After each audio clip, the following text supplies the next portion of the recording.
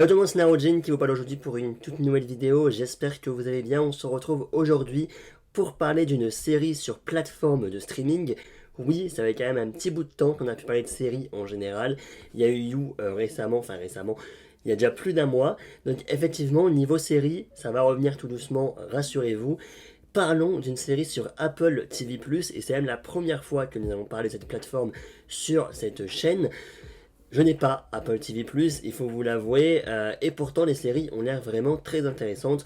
On a notamment la série Sévrance, la série Ted Lasso, récemment la série Liaison, ou encore, qui date un petit peu plus, la série Dickinson. Et je me devais de mettre la série Dickinson dans les exemples, hein. Alice Enfield, toujours là, toujours présente. Parlons donc aujourd'hui de la série Les Doutes de Dieu, mais petite différence par rapport à d'habitude, la série n'est pas encore sortie. Oui, c'est une vidéo inédite, un peu avant-première, puisque j'ai eu notamment l'occasion de voir les deux premiers épisodes le 19 mars dernier, donc lors de la série Mania à Lille. Et me voilà donc plus d'un mois plus tard, nous sommes d'ailleurs le 19 avril, ça fait pile un mois que j'ai vu les deux premiers épisodes. La série sort sur Apple TV+, ce vendredi 21 avril, ou plutôt les deux premiers épisodes, puisqu'ensuite ça sera un épisode par semaine. Évidemment, cette vidéo ne comportera aucun spoil, hein, voilà, forcément, puisque les deux premiers épisodes ne sont pas sortis officiellement, mais je me suis dit pourquoi pas justement sortir cette vidéo la veille de la sortie, pour vous donner envie, pourquoi pas, d'aller sur Apple TV+. En plus, en ce moment, notamment, il y a une offre avec Canal+, enfin du coup, Apple TV+, arrive dans les offres Canal+, avec Netflix, avec Disney+. Donc si vous avez Canal+, Apple TV+, arrive en cette fin de semaine, je crois. Donc ça, c'est très cool. Et en plus, si vous avez un appareil Apple, vous avez, je crois, 3 mois gratuits sur la plateforme. Donc même les 3 mois que je n'ai pas encore utilisés personnellement. Et donc j'en profiterai à cette occasion pour rattraper les prochains épisodes que je n'ai pas vus. Voilà, donc vous n'avez aucune excuse pour ne pas regarder les Gouttes de Dieu. Entre Canal+, ou peut-être, oui, le fait d'avoir un Mac, un iPhone, un iPad ou tout ce que vous voulez. Si vous avez un appareil Apple, vous avez, oui, accès à Apple TV+. Voilà, c'est cool. Mais tout d'abord, de quoi parlent les Gouttes de Dieu? Est-ce léger? Le monde de la gastronomie et du savoir-boire est en deuil. Alexandre Léger, créateur du célèbre guide des vins légers et figure tutélaire de l'oénologie, vient de s'éteindre à 60 ans dans sa demeure de Tokyo. Il laisse derrière lui une fille, Camille, qui vit à Paris. La jeune femme se rend donc à Tokyo. Lors de la lecture du testament, elle découvre que son père a rassemblé la plus grande collection de vins au monde.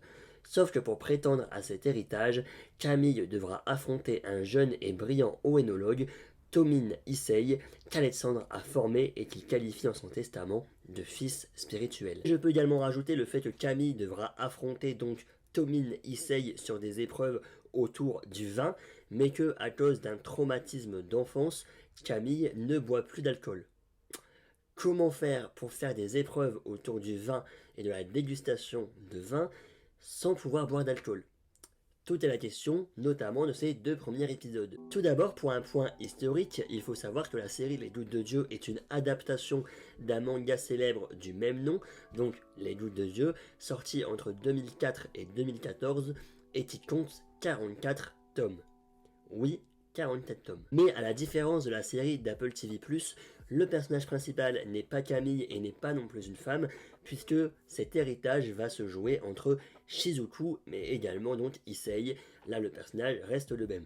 Donc voilà, donc la série Les Gouttes de Dieu de Apple TV+, a voulu rajouter une femme en héroïne, donc Camille. Ce n'est pas tout, puisque le manga Les Gouttes de Dieu a déjà été adapté sous forme de drama en 2009, ça a eu seulement une seule saison, et voilà, ça n'a pas continué, sachant donc que ça faisait 5 ans que le manga avait commencé, il était toujours en cours, donc forcément, en 2009, quand le drama est arrivé, bah, ça a forcément adapté les premiers tomes, voilà, parce que c'était pas terminé, et donc là, en 2023, Apple TV+, et également un partenariat avec France TV, puisque les épisodes arriveront dans approximativement un an, je pense, sur France TV.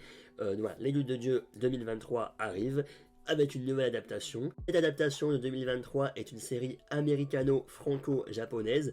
Oui, quand même, donc c'est une série multilangue. Voilà, nous retrouvons au casting notamment Tomohisa Yamashita, donc qui joue Tomine Issei.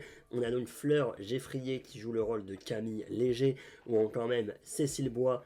Oui, on connaît tous Cécile Bois dans le rôle de Candice Renoir. Cécile Bois qui joue donc la mère de Camille Léger. On a également Luca Terraciano qui lui est un Italien. Voilà, on a vraiment un casting multi-nationalité. Je sais pas si ça se dit comme ça.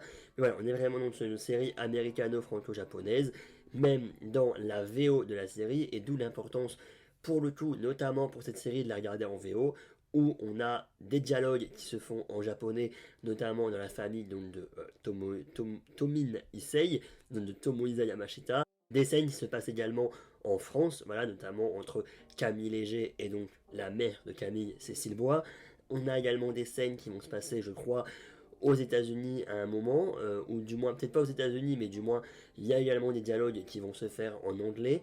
Voilà, la VO est là pour le coup très important pour vivre réellement l'immersion finalement de la série. Comme la série 1899, donc par les créateurs de Dark sur Netflix, voilà, qui a été annulé d'ailleurs.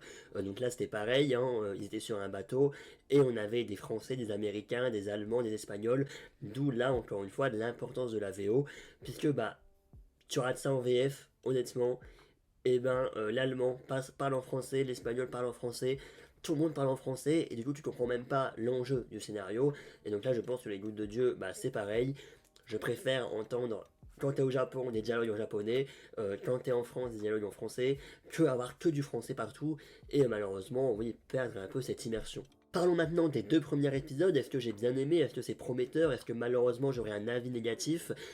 Bon, si vous avez vu mon vlog, mon long vlog sur la série Mania, vous avez environ une petite avis de mon avis, c'est beau comme mot. Voilà, une petite critique, on va dire, autour des 2 premiers épisodes. Surtout, juste, est-ce que j'ai bien aimé ou pas, parce que voilà, j'ai fait quelques clichés, je vous ai montré dans le vlog la masterclass que j'ai fait de l'après-midi, donc le 19 mars l'après-midi, la masterclass de Tomohisa Yamashita, le soir, où j'ai été donc pour la projection de la série, on avait le casting qui était là également, donc Fleur Geffrier, Tomohisa Yamashita, les créateurs de la série, tout ça, qui ont répondu à quelques questions. Donc, tout ça, il y a eu quelques clichés dans mon vlog, je vous en mettrai également dans la critique.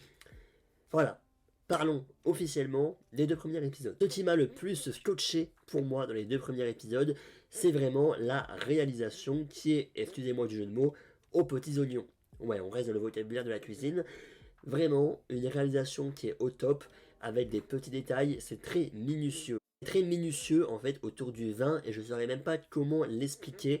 Juste oui, visuellement parlant et oui, esthétiquement parlant, on a des plans, des beaux plans, des transitions, des choses très, je dirais, originales et ce qui m'a fait rentrer finalement dans l'histoire. Puisque oui, faut être honnête avec vous, bah, le vin, je ne connais pas, hein, voilà. Bon, est-ce que j'ai déjà bu du vin dans ma vie? J'ai envie de dire que oui. Oups, encore une fois, je me révèle. Non, voilà, oui, j'ai peut-être un peu bu du vin dans ma vie, mais en général, oui, la culture du vin, bah, c'est pas quelque chose que je connais. Vraiment super ravi de voir un petit peu cette culture du vin, on va dire, mise en évidence grâce à des beaux plans, grâce visuellement à des choses très pointilleux et très minutieux. C'était beau. Voilà, des beaux plans, niveau caméra, tout ça. Franchement, tout ça, c'est vraiment réussi. Notamment une scène dans le 2e épisode, bon, je vais pas non plus vous la spoiler, mais en gros, c'est une scène où on va passer de Camille présent au Camille passé, et on va entrer dans le psyché, c'est beau comme mot, dans le psyché de Camille, voilà, un peu rentrer dans ses souvenirs pour raconter son trauma, etc. Et pour que elle essaye de retrouver un petit peu le goût de boire des choses et le goût des aliments, surtout en général.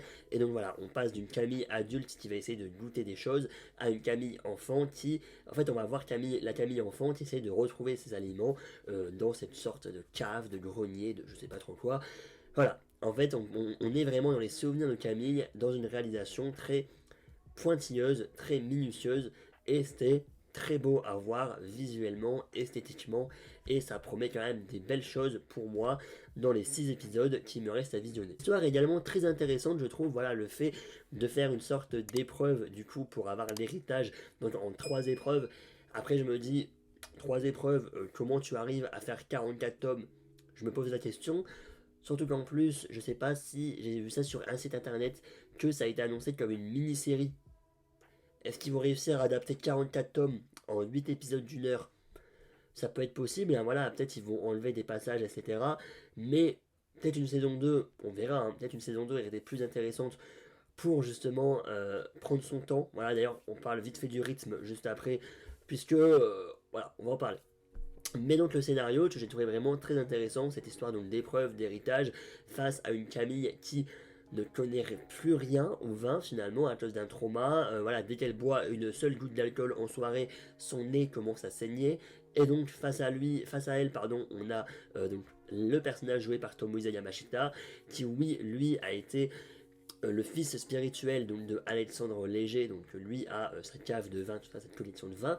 Donc voilà, donc oui, le personnage, je vais dire le prénom parce que donc Tomine Issei, donc lui oui, il s'y connaît niveau vin, tout ça, et en face on a une Camille Léger qui elle se retrouve complètement à l'abandon, voilà, au fait de devoir survivre à ses traumas pour forcément après réussir ses épreuves ou du moins essayer de les réussir. Et voilà, j'ai vraiment trouvé super intéressant donc cette comparaison, cette distinction entre l'expert et le fils spirituel, et donc Camille qui elle était là de base juste parce que son père est mort et elle veut récupérer son héritage, et que finalement l'héritage se joue également avec son fils spirituel parce qu'il est trop fan de vin et parce qu'il est trop fort. Voilà. Et donc justement, donc j'ai bien aimé le fait de plonger dans les traumatismes de Camille pour essayer de les régler, pour essayer de les comprendre surtout. Et je trouve que le personnage, donc Camille, et donc l'actrice, donc Fleur Geffrier, je trouve qu'elle interprète vraiment bien le rôle de Camille. Je trouve que ces 2 premiers épisodes sont vraiment super prometteurs, voilà. J'ai passé un très bon moment. Les épisodes durent, là c'est écrit 52 minutes. J'ai eu l'impression que ça durait 1 heure peut-être. Alors peut-être c'est juste Allociné qui met 52 minutes comme ça, mais que c'était 1 heure. Mais effectivement, j'ai trouvé que les 2 premiers épisodes étaient à des moments un peu longs au niveau du rythme. Voilà, peut-être qu'après une longue journée, c'était le dimanche 19. Si vous avez vu mon vlog, ça a été vraiment le jour entre les randonneuses, entre Jean-Luc Reichmann, entre la conférence l'après-midi.